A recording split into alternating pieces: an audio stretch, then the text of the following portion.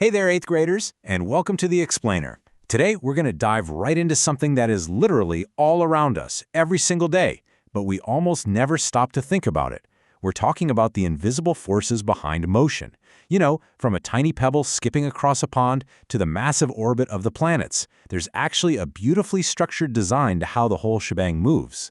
Let's explore how to see the world just a little bit differently. Have you ever just stopped and wondered what invisible rules govern the launch of a massive rocket into space? Or actually, even something super simple like the kick of a soccer ball down the field. You interact with these hidden forces every single day, riding your bike, tossing your backpack over your shoulder, or just walking down the hall. But as we can't physically see force with our own two eyes, we tend to take it totally for granted. Well, today, we're going to make the invisible visible. Section 1. Invisible forces around us, the unseen power of nature. Okay, let's dive into this. Listen to this incredible quote from Job chapter 37, verse 10. By the breath of God, ice is given, and the broad waters are frozen fast. It's such a poetic reminder of the immense, unseen power in nature. I mean, just think about the sheer force it takes to freeze broad, rushing waters completely solid. There are these monumental forces constantly at work in our environment, governing everything from the weather to the waves. And today, we're going to learn exactly how to measure that kind of power. Section 2. Decoding Newton's second law, the rulebook for movement. So, the universal rulebook for movement, discovered by Sir Isaac Newton, is actually beautifully simple. Force equals mass times acceleration. F equals ma. This law basically explains how the motion of an object changes the moment a force is applied. Think of it like this. The amount of force you need to move something depends entirely on just two things. First, how heavy the object is, that's its mass, and second, how fast you want to speed it up, which is its acceleration. It really is that elegantly simple. Now, what's really interesting here is how this equation grounds itself perfectly in our everyday lives. Imagine pushing an empty shopping cart down the aisle. Super easy, right? Barely takes any effort. But imagine that same cart fully loaded with heavy groceries. Thick cans, big gallons of milk. It's way harder to push. Why? Well, if you increase the mass while keeping your acceleration, your speed-up rate the exact same, you're going to need a lot more force to get that cart moving. You actually intuitively know Newton's second law already. Your muscles feel it every time you go to the grocery store. Section 3. The math of motion, breaking down the units. I'm going to slow down just a bit here, because these units are absolutely critical. If F equals m times a is our recipe, well, these are the exact measurements for our ingredients. Force is measured in newtons, which we represent with a capital N. Mass is measured in kilograms, or kg. And acceleration? That's measured in meters per second squared.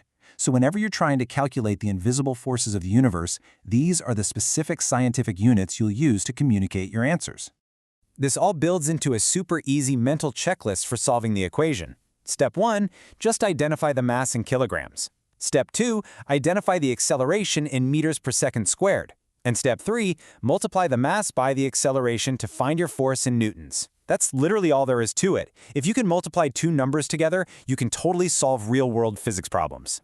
Section 4. Real-world force examples. Math and action. Let's put this equation to the test. Let's start off with a basic calculation. Imagine you've got an object with a mass of 10 kilograms, and you want it to accelerate at a rate of 2 meters per second squared. Based on our checklist, what do? We multiply the mass by the acceleration. So 10 times 2 gives you exactly 20. Your answer is 20 newtons. That is the exact amount of force needed to move that specific object. Easy, right? And this brilliantly illustrates what happens when we start messing with the variables. If we compare two carts, both accelerating at the exact same rate, say 3 meters per second squared, we can easily spot the difference. Our first cart is pretty light, just 2 kilograms. 2 times 3 equals 6 newtons of force. But take a look at our second cart. It's heavier, at 6 kilograms. 6 times 3 equals 18 newtons. So by bumping up the mass and making the cart 3 times heavier, we suddenly need 3 times the force, 18 newtons instead of 6, just to achieve the exact same acceleration. Now let's flip it and look at the other side of the equation, changing the acceleration. Take the exact same 5-kilogram soccer ball in two totally different scenarios.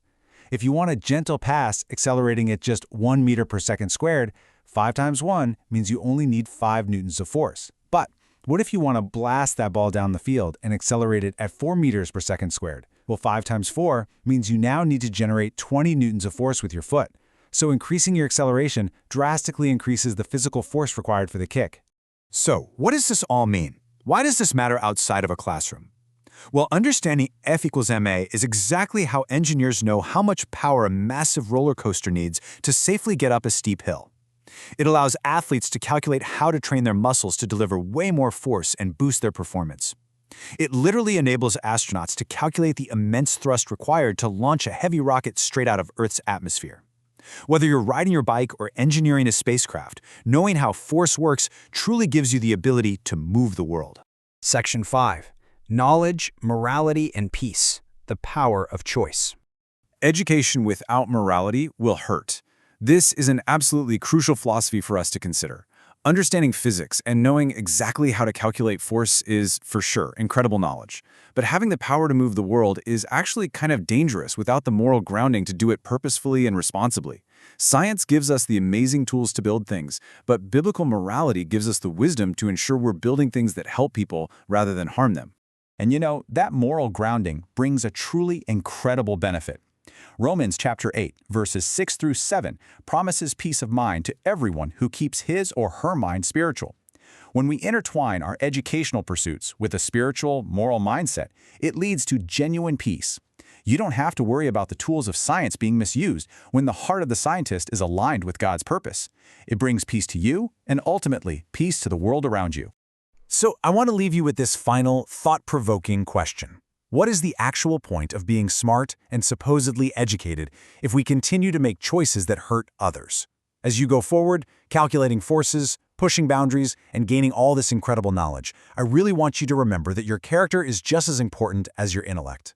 You now know the divine mechanics of how to move the world with force. The question is, how will you use that knowledge?